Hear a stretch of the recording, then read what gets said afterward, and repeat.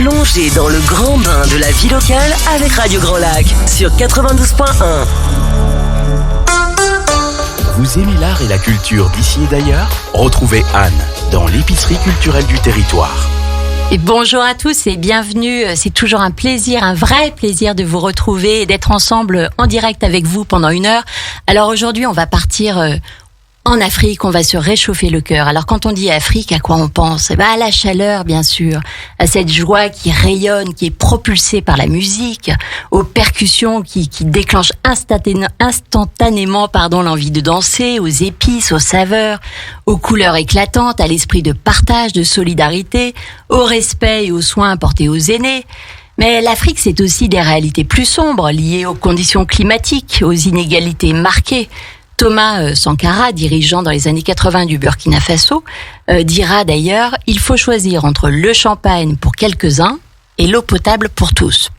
Alors oui, l'Afrique connaît un grand nombre aussi de sages, d'humanistes, un continent, des pays, une culture, je pourrais dire même des cultures très riches qui sont aujourd'hui mises en lumière à Chambéry sur notre territoire avec le festival Cinébala qui démarre aujourd'hui et qui aura lieu pendant 4 jours, avec tous les jours de quoi mieux découvrir la culture africaine. Alors pour cela, avec moi aujourd'hui, pour en parler, j'ai les organisateurs de ce festival et bien sûr d'autres qui en font partie.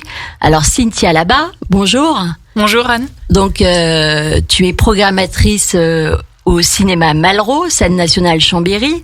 Tu as travaillé donc pour la programmation de ce festival avec Maglone Montariol. Bonjour Maglone. Bonjour. Et Laura Cafoz aussi, avec qui chargée de projet à Chambéry Solidarité Internationale. Bonjour Laura. Bonjour. Donc ensemble, vous avez travaillé aussi avec les éléphants enjaillés représentés par son président qui est là avec nous, Eloge Zondé. Bonjour. Bonjour. Et ensemble, nous allons parler de cette culture africaine qui nous anime, qui vous anime aujourd'hui aussi pour le festival. Et nous aurons tout à l'heure aussi au téléphone Simon Koulibaly-Gillard, qui est réalisateur d'un très très beau film, le film Aya, que vous aurez la chance de pouvoir voir au cinéma Malraux durant ce festival. Mais pour introduire le thème de cette émission, je vous propose de commencer en musique avec Tikenja Fakoli, Le Prix du Paradis. Entre lac et montagne, Radio Grand Lac, c'est votre radio. Vous aimez l'art et la culture d'ici et d'ailleurs ? Retrouvez Anne dans l'épicerie culturelle du territoire. Aujourd'hui, on part en Afrique avec le festival Cinébala. Alors, je me tourne vers vous, les organisateurs de ce festival qui a lieu pour la 7e édition, je crois. Alors, pourquoi ce festival ? Comment ça s'est passé ? Qu'est-ce que vous proposez en fait à ceux qui veulent s'y rendre ? Racontez-nous tout ça. Eh ben oui, un peu l'histoire de Cinébala. Cinébala est né en fait pour être un cousin du festival Lafibala. Lafibala, c'est un festival qui est co-organisé par la ville de Chambéry et Chambéry Solidarité Internationale en été dans le jardin du Vernet chaque 2 ans. Et ce festival est né d'une coopération qu'entretient la ville de Chambéry avec une commune au nord du Burkina Faso, Ouaïgouya. Et le Burkina est un pays, une terre de cinéma qui accueille chaque 2 ans un grand festival de cinéma panafricain qui s'appelle le FESPACO. Et donc, avec la scène nationale Malraux, avec sa directrice, il y a eu cette envie de mettre en avant les cinémas d'Afrique, la diversité des cultures africaines et aussi cette énergie, cette créativité qu'ont les réalisateurs du continent, que ce soit pour des documentaires, du long métrage, du film d'animation. On avait vraiment envie de faire un festival annuel en plein hiver. C'est vraiment un choix aussi d'aller dans la salle obscure en plein hiver pour se réchauffer et avoir une grande place laissée aussi à la discussion, au débat avec les réalisateurs du continent. Alors, je crois que ce festival, en fait, a un thème principal qui est l'eau. Est-ce que Cynthia là-bas, vous pouvez nous en dire quelque chose ? Alors oui, sur cette édition, chaque fois, on essaye de donner une couleur à chaque édition. Et là, c'est un petit peu en faisant le choix des films qu'on a réussi à créer une mosaïque autour de l'eau, qui est un élément très important pour le continent. Et grâce à la pluralité des films, on a tous ces visages, c'est-à-dire l'eau qui va nourrir toute une population, l'eau qui va dévorer la terre aussi et qui va pousser les gens à devoir fuir les lieux où ils ont toujours habité, l'eau aussi qui va venir à manquer dans certaines zones à cause du réchauffement climatique notamment. Donc on a plein de regards justement sur l'importance de l'eau et à quel point ça va faire bouger les choses aussi sur le continent. Parce que c'est vrai que l'eau, ça a un côté, l'eau c'est la vie. Ouais. Ça apporte la vie et en même temps, effectivement, ça peut pousser, comme on le voit dans le film Aya, on en parlera en fin d'émission avec son réalisateur. Mais on voit que l'eau, finalement, va pousser, en fait, va créer cet exode climatique qui va devoir... disons, j'ai du mal à parler aujourd'hui, qui va devoir repousser, en fait, les personnes pour épouser un nouveau territoire. Oui, on se rend compte qu'ils sont tous dans des situations très différentes. On a aussi le film Marcher sur l'eau de Aïssa Maïga, où au contraire, eux, ils vont aller à la recherche de cette eau qui est de plus en plus rare. Ils se sont rendus compte que les marigots se vidaient de plus en plus, que la saison des pluies était de plus en plus courte. Et voilà, comment aller chercher cette eau, faire des kilomètres pour aller tirer l'eau du puits, avec beaucoup d'efforts de toute la population. Donc voilà, c'est des films qui se répondent et c'est hyper riche. Alors donc on va avoir combien de films à disposition ? Comment ça se passe ? Alors vous avez une dizaine de films. C'est pas mal, en 4 jours, avec chaque fois une ambiance différente. On n'oublie pas aussi les familles et le jeune public, donc avec 2 films, Les Contes de Tinga Tinga. Peut-être que vous avez déjà vu ces films-là. Ils ont été passés notamment à la télévision il y a quelques années. Ils ont été créés en Tanzanie, dans un studio d'animation. Et ils sont vraiment de très belle qualité, adaptés dès 2 ans. Et ça raconte des histoires, des fables de Tanzanie qui vont nous parler, qui sont très universelles. On va partir d'animaux, bien sûr, qu'on aime tous, les éléphants, les zèbres, etc. Pourquoi l'éléphant n'a pas de trompe et grâce à chaque petite histoire, on tire des choses universelles qui plaisent aussi bien aux enfants qu'aux parents. Et on aura également Zibila ou La vie zébrée aussi. Alors là, c'est à partir de 4 ans sur un petit zèbre qui se sent mal parce qu'il a des rayures, il a du mal à les accepter par rapport aux autres. Donc voilà, c'est hyper poétique et ça parle des différences. Et voilà, l'idée, c'est de proposer des choses pour tous les âges. Donc c'est vraiment pour le jeune public. Il y a aussi pour le jeune public. Voilà, toute une sélection avec des ateliers aussi en lien pour... pas seulement voir un film, mais prolonger ce moment qu'on partage, parce que c'est ça qui est génial au cinéma, c'est que par rapport aux plateformes, c'est qu'on partage vraiment le film et on peut prolonger tout ça avec des rencontres. Et ce qu'on va retrouver aussi pour les films tout public. Alors il y a des rencontres, il y a des tables rondes. Alors je crois, Laura... oui, Cynthia le disait à juste titre, l'eau est vraiment une thématique centrale de cette 7e édition de Cinébala. Et on avait vraiment envie de faire dialoguer des acteurs du développement, des acteurs professionnels, de la solidarité sur cette thématique. Et donc le samedi après-midi, entre le film Aya et le film Marcher sur l'eau, on aura une table ronde qui va mettre en avant 2 intervenants. Abraham Babine, qui est un hydrogéologue burkinabé qui, lui, actuellement, va nous éveiller un petit peu sur justement ces nappes phréatiques qui sont tant convoitées. Finalement, si on va creuser des forages ou des puits en permanence et qu'on ne connaît pas comment cette nappe va se renouveler, peut-être que d'ici 2 ans, 3 ans, le puits va de nouveau se tarir et il faudra que les populations déménagent de nouveau. Donc lui, vraiment, il va nous alerter sur l'augmentation d'une connaissance finalement de ces nappes phréatiques pour nous accompagner dans une structuration et une vue de développement durable, j'ai envie de dire, de cette consommation d'eau et de pouvoir raisonner finalement la consommation d'eau par rapport à nos différents usages tout en préservant la terre et le renouvellement de ces nappes phréatiques qui sont vraiment à l'origine de toute vie. Notre corps est composé en majorité d'eau, donc voilà, c'est un élément dont on ne peut pas se passer pour garantir la vie sur Terre. Et Frédéric David, qui lui va nous offrir plutôt un regard de technicien du développement. Il fait partie d'une ONG internationale qui s'appelle le GRET et il est coordinateur de tous les programmes eau de la région Afrique de l'Ouest au niveau du continent africain, et donc il va régulièrement sur le terrain travailler avec ses partenaires, ses homologues pour analyser des localisations de forages, faire des études de nappes, etc. Donc on aura vraiment ces visions d'un hydrogéologue burkinabé et d'une ONG internationale qui, conjointement, ensemble, vont porter des projets de forage, château d'eau, etc. Et ça nous offrira un éclairage pour vraiment mettre en résonance les deux films qui sont projetés le samedi après-midi. D'accord, donc c'est quand même un festival qui est très complet, puisque à la fois on a effectivement des films avec des fictions, et aussi avec cet aspect informatif du contexte africain avec certaines problématiques liées effectivement au climat. Oui, au climat. Et puis c'est vrai que dans les fictions, on peut voir les réalisateurs s'inspirent de leur vie quotidienne, s'inspirent de ce qu'ils voient dans leur pays, de la politique, de la vie sociale, de la place de la femme, etc.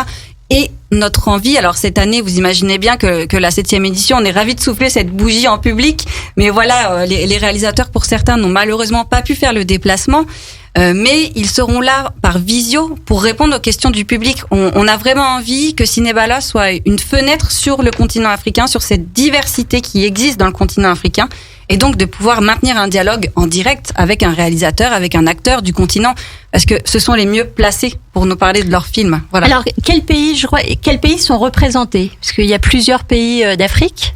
Oui, il y a le Niger, la Somalie, la Côte d'Ivoire, le Burkina, le Ghana, j'oublie le Tchad également, et le Lesotho. Je suis sûre que vous ne pouvez pas le placer sur une carte. Le Lesotho. Alors justement, aidez-nous. Le Lesotho est un pays enclavé en Afrique du Sud. D'accord. Voilà. Et c'est un pays dont on entend rarement parler et qui est complètement hors des préjugés qu'on pourrait avoir sur le continent. Il est encerclé par des montagnes. On l'appelle justement le royaume des cieux parce qu'il n'y a pas un seul endroit qui est à moins de 2000. Et c'est pour ça qu'il a été assez protégé, justement parce que il est imprenable en fait par ces montagnes qui l'entourent. Donc, de quelle manière on peut découvrir le Lesotho dans le festival? Donc, c'est par un film? Oui, c'est ça. C'est le film de clôture qui s'appelle L'indomptable feu du printemps, d'un réalisateur du Lesotho et qui s'inspire de son enfance et de la vie de sa mère qui a été obligée de quitter son village natal parce que le progrès et la modernité et du coup les pouvoirs politiques voulaient créer un barrage qui du coup va inonder toute la ville pour laisser passer l'eau. Et donc c'est une histoire sur comment on fait pour quitter son lieu de vie, ses racines, et laisser du coup par exemple les morts qui sont enterrés sur place. Et donc c'est toute une histoire hyper poétique. En plus c'est grandiose. Enfin les paysages ils sont magnifiques du Lesotho. Voilà, moi c'est mon film préféré et c'est le film de clôture. Et ça rejoint la thématique de l'eau encore. Et on a un personnage incroyable, une vieille dame qui porte le film. Et c'est vrai qu'il y a aussi une qualité de réalisation qui est je sais pas si c'est son premier film, c'est un jeune réalisateur, mais c'est incroyable parce qu'il y a très peu d'écoles de cinéma sur le continent. Et alors, j'ai vu que, je crois que c'est à Abidjan, il y a une école qui a été créée récemment, qui est gratuite, et qui, justement, qui est là, en fait, pour permettre à ceux qui sont passionnés et qui ont le talent en fait nécessaire à se former en fait aux techniques du cinéma. Donc il y a aussi cette volonté, en tout cas, en Afrique, de pousser la culture et de développer des réalisateurs. J'aimerais aussi dire un mot sur ce que vous faites, Maglone, puisque vous êtes en service civique. Oui, c'est ça, à l'espace Malraux. Et moi, je m'occupe plus de tout ce qui est les à côté du festival. Donc, par exemple, il y aura tout un marché des créateurs. On a fait le choix d'aller à la découverte d'entrepreneurs du continent, mais qui sont en France en fait, du coup de la diaspora, et qui pourront nous présenter leurs créations. Et donc l'idée c'était d'en mettre aucun en concurrence, donc il y a vraiment un peu de tous les secteurs, que ce soit du vêtement, de la cordonnerie, c'est comme ça qu'on dit, je crois, du maquillage et des produits de cosmétiques, des livres. Et donc voilà, donc ce sera 6 créateurs qui vont venir présenter leurs créations. Voilà. Et il y a un espace où on peut déguster, je crois, des plats africains. Oui, c'est ça. Alors là, je vais laisser notre collègue et notre partenaire sur cette édition, le président de l'association Les Éléphants Enjaillés, présenter l'idée. Ah. Oui, effectivement, il y a un endroit où il faut découvrir les plats africains. présenté surtout par l'association Éléphant Enjaillé, qui a déjà pour but l'échange des cultures entre la Savoie. Alors peut-être, je vous coupe, Loge. Peut-être qu'on parlera en fait de cette association juste après. Mais effectivement là, sur les plats, sur ce que vous proposez, qu'est-ce que là j'aimerais que ça soit une découverte, mais vraiment des plats dégustants qui sont super déjà pour moi. Je sais que vous allez adorer. Et j'invite tout le monde à découvrir ça ce jour-là, quoi. Ça sera magnifique. Ce sera le samedi, du coup, après le concert du Bal Marmaille, avec Soro Solo et les mercenaires de l'ambiance. Et donc, après ce concert qui est pour toute la famille et les plus grands, il y aura une prestation de nourriture africaine, une assiette mixte de Côte d'Ivoire. On va se régaler. Vous aimez l'art et la culture d'ici et d'ailleurs? Retrouvez Anne dans l'épicerie culturelle du territoire.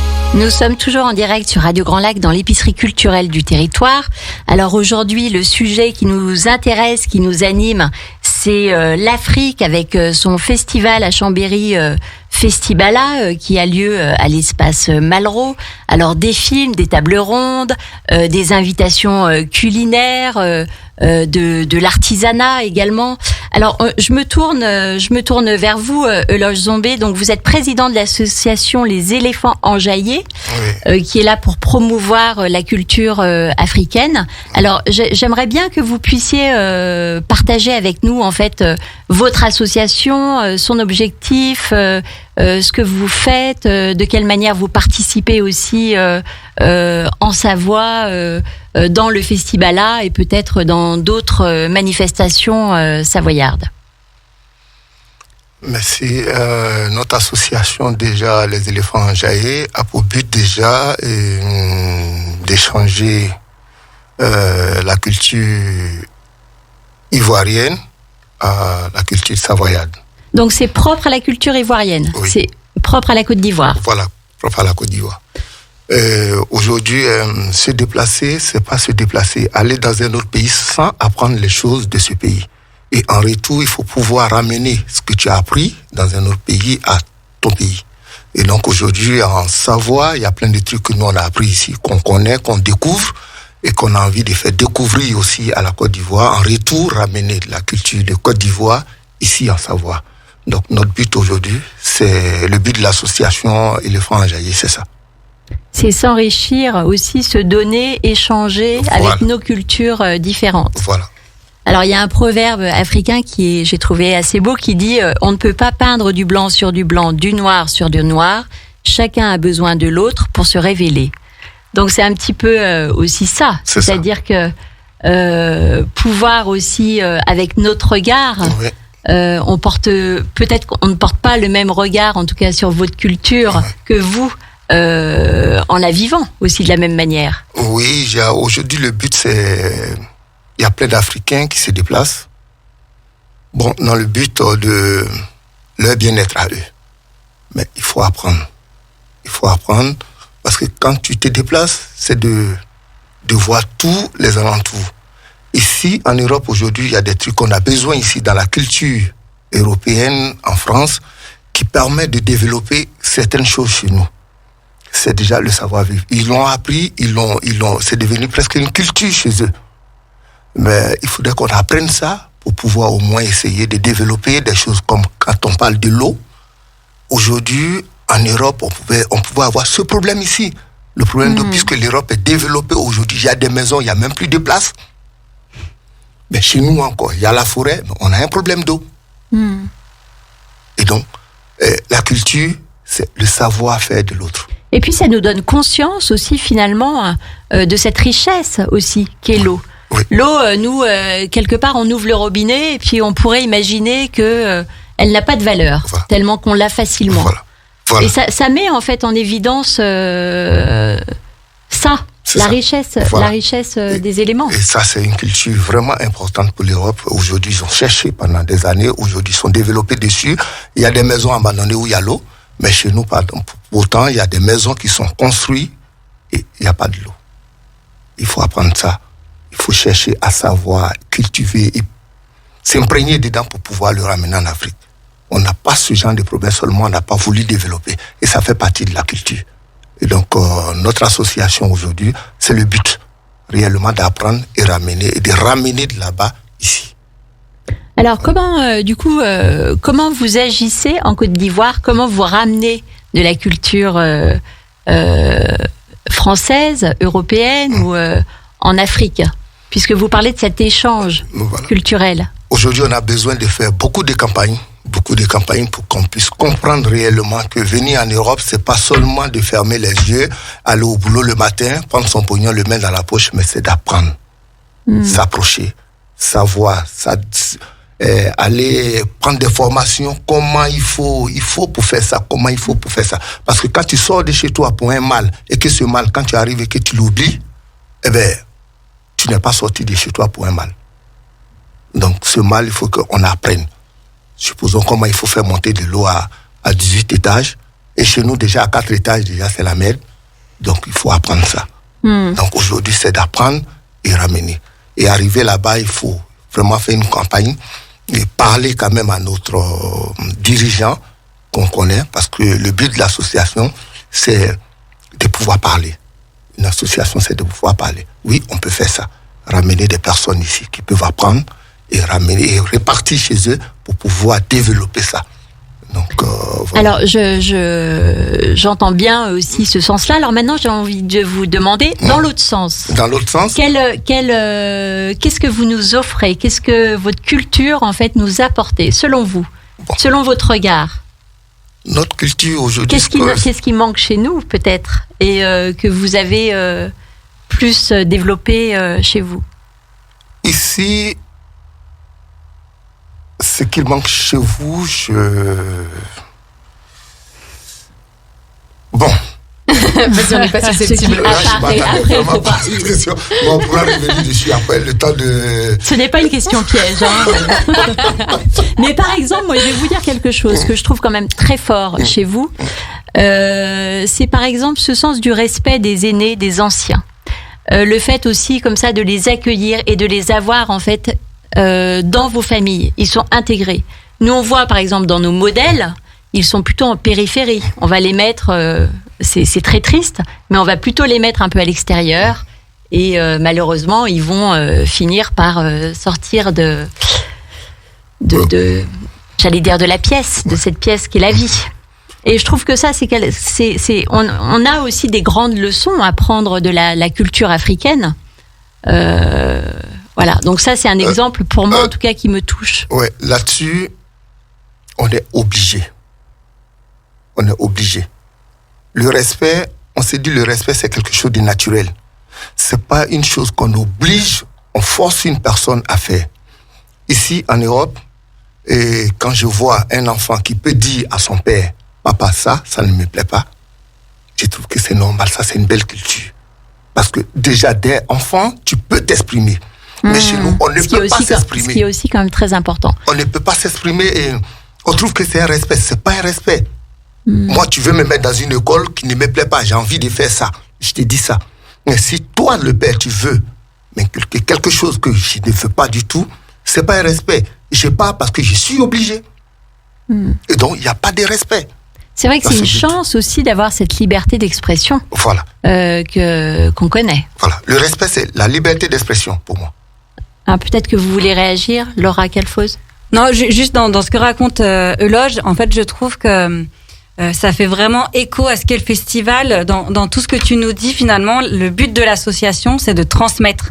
C'est de valoriser et de transmettre. Et c'est vraiment ce qu'on cherche à faire, c'est de donner la parole, d'offrir des espaces de débat. On a le droit de pas être d'accord. Mais en fait, il faut que chacun puisse avoir l'opportunité d'exprimer ses opinions. On peut repartir chez soi, c'est pas grave. On aura discuté, on aura échangé. Ça s'appelle le débat. Et ça, je pense que Cinébala, c'est vraiment un espace où il y a dialogue, il y a débat et transmission. Donc, on est vraiment ravis. Ça faisait déjà une édition qu'on réfléchissait, qu'on avait envie qu'une association de diaspora vienne avec nous dans cette aventure qui est Cinébala. Donc, on est ravis que la Côte d'Ivoire soit là cette année. Voilà, on lui laisse une place. On aurait aimé qu'elle soit encore plus grande avec des démonstrations de danse, parce que voilà, en Côte d'Ivoire, il y a tellement de pas de danse que bon, je sais pas si beaucoup de Chambériens auraient pu développer des compétences aussi bonnes que peut-être les vôtres, là, je ne sais pas. Mais voilà, on a vraiment envie que les Chambériens découvrent les saveurs. En tout cas, déjà, cette ouverture par le culinaire de la Côte d'Ivoire. Il y aura mais un pas défilé seulement. de mode aussi. Voilà, parce qu'il y aura aussi un défilé de mode. Et là, vraiment, je pense que tous ceux qui seront dans la salle du bal Marmaille samedi soir dès 19h auront les yeux écarquillés, ébahis, éblouis par les modèles de l'association Les Éléphants Enjaillés. Donc voilà, n'hésitez pas, c'est vraiment cette transmission qu'on a envie de défendre à côté de l'association. Et justement, par rapport à la transmission, justement, le film d'ouverture, c'est un film de Côte d'Ivoire qui a été réalisé par Philippe Lacotte, La Nuit des Rois, et c'est un film sur la transmission. Ça se passe dans la plus grosse prison d'Abidjan, la Maca, et un des prisonniers va être sélectionné pour raconter des histoires pendant toute une nuit. On va l'appeler le roman.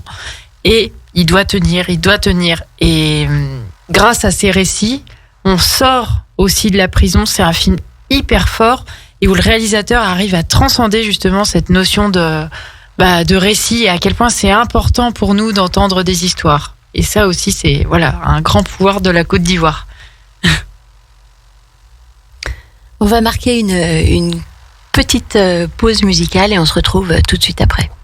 24h/24, 7 jours sur 7, Radio Grand Lac, à Aix-les-Bains et autour du lac du Bourget, votre radio. Vous aimez l'art et la culture d'ici et d'ailleurs? Retrouvez Anne dans l'épicerie culturelle du territoire. Nous sommes toujours en direct et nous parlons du festival Cinébala qui a lieu à Chambéry.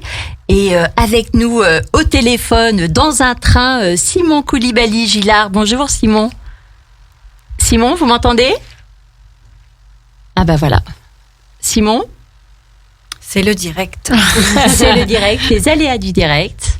Mais voilà, Simon que vous allez entendre va nous parler de son film qui s'appelle Aya. On vous en a déjà parlé, c'est un des films autour de la thématique de l'eau. Et il a un regard très poétique porté sur une famille, et notamment une jeune adolescente qui est dans son élément, j'ai envie de dire, dans le lieu où elle a toujours grandi, toujours vécu, elle a beaucoup de souvenirs, elle a un rapport à l'environnement qui est aussi très délicat.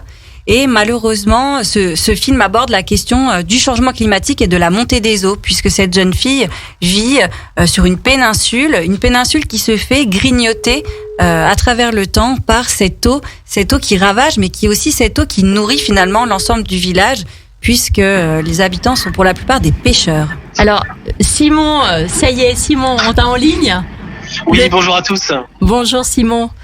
Alors, tu es l'auteur, le réalisateur d'un film magnifique, le film Aya.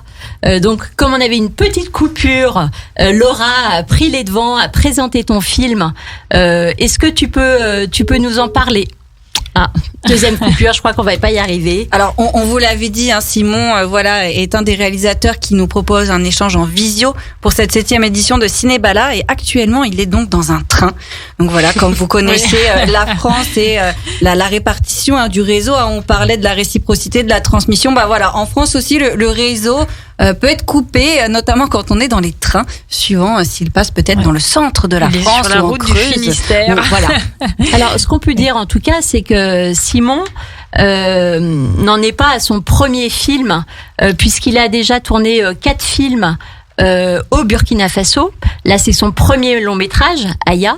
Donc, il a une vraie, en fait, volonté de sensibiliser le public autour de l'exode climatique, en tout cas pour Aya, et aussi des fragilités que vit en fait l'Afrique avec le réchauffement climatique. C'est quelqu'un qui vient du documentaire notamment, et ça se sent dans son film qui est justement sa première fiction. Et voilà, il est un peu tout seul.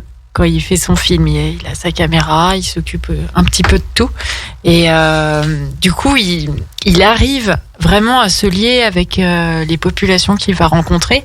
Aya, c'est un petit peu un hasard. S'il a rencontré ce personnage, il était en train de faire un panoramique sur une plage et puis il est tombé sur elle. Et il n'a pas arrêté ensuite de la rechercher. Parce qu'il lui a parlé, ensuite elle a disparu. Il l'a retrouvée avec une machette à la main dans les champs à travailler avec sa famille. Et ensuite, elle s'est complètement prise dans l'histoire de ce film, qui est un petit peu son histoire aussi. Mais voilà, c'est quelqu'un qui, pour le coup, on a plein de moyens différents de réalisation dans ses films. Et là, il est très, très autonome, Simon. C'est impressionnant ce qu'il fait parce qu'il y a tout un art...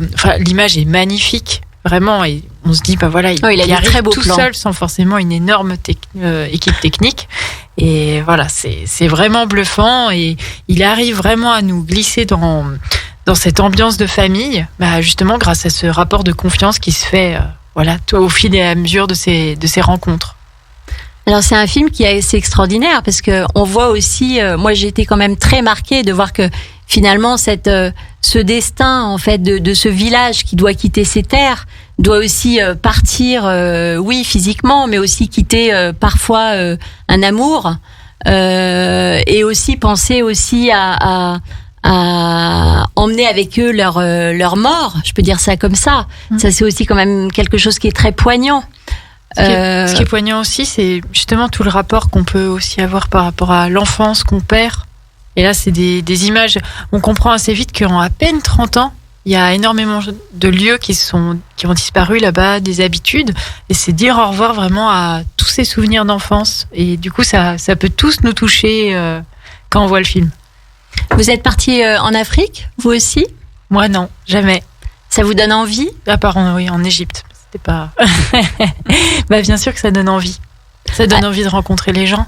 On peut apprendre plein de choses. Alors, comment ça se passe par rapport à votre association ? Est-ce que durant l'année aussi, vous proposez des rencontres, vous proposez des échanges ? Comment ça se passe avec les enjaillés ? Oui, actuellement, on a tout un programme, essayer d'organiser souvent des excursions pour la Côte d'Ivoire et des zones un peu touristiques et puis où il y a plein d'histoires à apprendre sur la Côte d'Ivoire, des zones aussi avec beaucoup de culture. Et après ça, ramener des gars ici souvent en été pour des spectacles traditionnels. Et voilà quoi. Vous avez combien d'adhérents dans votre association ? Là, nous sommes maintenant à 85 personnes. C'est une association qui est jeune ? Jeune, oui. Jeune. Eh bien, on lui souhaite en tout cas un bon développement.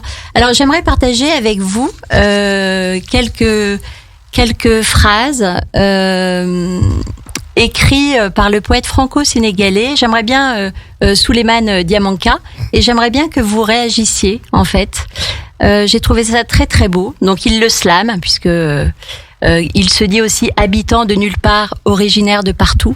J'ai trouvé ça très très joli. Et il dit, si quelqu'un te parle avec des flammes, réponds-lui avec de l'eau. Sache que le seul combat qui se gagne, c'est le duel qui devient duo. Donc j'ai trouvé ça vraiment très joli. Oui. Très joli, c'est au fait, c'est la vie courante. Tu peux pas être hébergé par une personne déjà qui t'ouvre sa porte et tu lui donnes une claque. Il faut lui donner quand même un sourire quand tu pars. C'est beau. Oui, donc, puis après, quelqu'un qui nous parle avec des flammes, qu'est-ce que ça vous évoque ? Quelqu'un qui te parle déjà avec des flammes, il y a plusieurs sortes de flammes.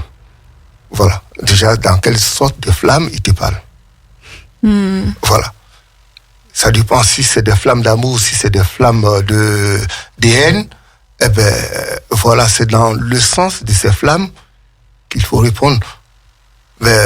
Tu peux être reçu par une personne qui te montre des flammes de haine. Après, les flammes peuvent être créées par le chagrin. Voilà. peuvent être créées aussi par l'amertume, il y a différentes. Parfois, en apparence, ce sont des flammes, mais derrière, on ne sait pas toujours. Et là, je trouve ce qui est très beau, en fait, c'est que quand il dit réponds-lui avec de l'eau, c'est quelque part ne réponds pas avec des flammes. Ouais, on reprend avec de l'eau. C'est l'eau qui calme, qui éteint les flammes. Donc du coup, voilà, quel que soit ce qu'il se passe, il faut toujours répondre avec de l'eau. Ça fait l'être humain. Le monde a été créé sur l'amour. Il faudrait qu'on reste toujours sur l'amour. C'est important. C'est pas de répondre coup par coup, mais il faut répondre toujours pour calmer la situation, pour ne pas envenimer. Il faut toujours mettre de l'eau. Et on a de belles histoires d'amour dans le festival. Je pense notamment à Aloe Vera, qui a été réalisé par Peter Sedoufia au Ghana. C'est un petit peu le scénario de Roméo et Juliette. Ça nous parle de deux peuples, les Aloe et les Vera. Il y en a un qui est complètement habillé en bleu, avec des maisons bleues, etc. Tout est bleu, la brosse à dents. Et l'autre est jaune. Et forcément, normalement, ils sont toujours en train de s'affronter, mais il y a deux personnages qui vont tomber amoureux. Donc, qu'est-ce qui va se passer ? C'est un film très, très léger, très beau, plastiquement, et voilà, qui plaira à toute la famille. Et je pense aussi un grand film d'amour à La femme du fossoyeur, qui a eu, donc film somalien, qui a eu le Grand Prix au FESPACO cette année, qui nous parle d'un couple qui s'aime énormément, qui a un enfant, sauf que la femme a une grave maladie et son compagnon est fossoyeur.